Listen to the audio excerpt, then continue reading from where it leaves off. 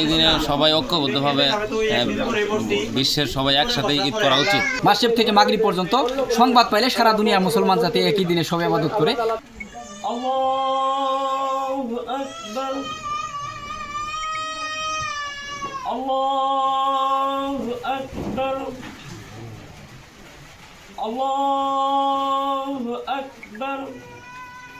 পবিত্র ঈদুল আজহার নামাজ শেষ করলাম। নামাজ শেষ করে আমরা কোরবানির জন্য প্রস্তুতি নিচ্ছি। ইনশাল্লাহ আমরা আজকে কোরবানি করব।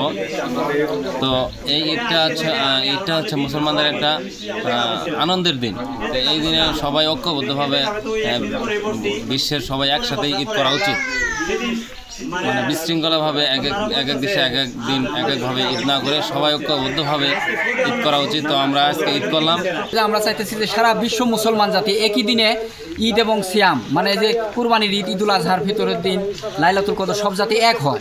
এক না হলে তো ইবাদতে আমাদের মুসলমানের আসল তারিখই তো আরবি তারিখ। ইংরেজি তারিখ যেভাবে এক, বাংলা তারিখ যেভাবে এক, মুসলমানের আরবি তারিখ, এই দুই দেশে 2 তারিখ হয়। তাহলে এটা কী হলো? এই জন্য আমরা চাইতেছি যে সারা বিশ্ব মুসলমান চাঁদ যেহেনেই উদয় হোক, মাগরিব থেকে মাগরিব পর্যন্ত সংবাদ পাইলে সারা দুনিয়ার মুসলমান জাতি একই দিনে সবাই ইবাদত করে। এটাই আমার মানে কথা, মূল কথা আর কি। ঈদগাহ মাঠে যেতে পারলাম না বৃষ্টির কারণে।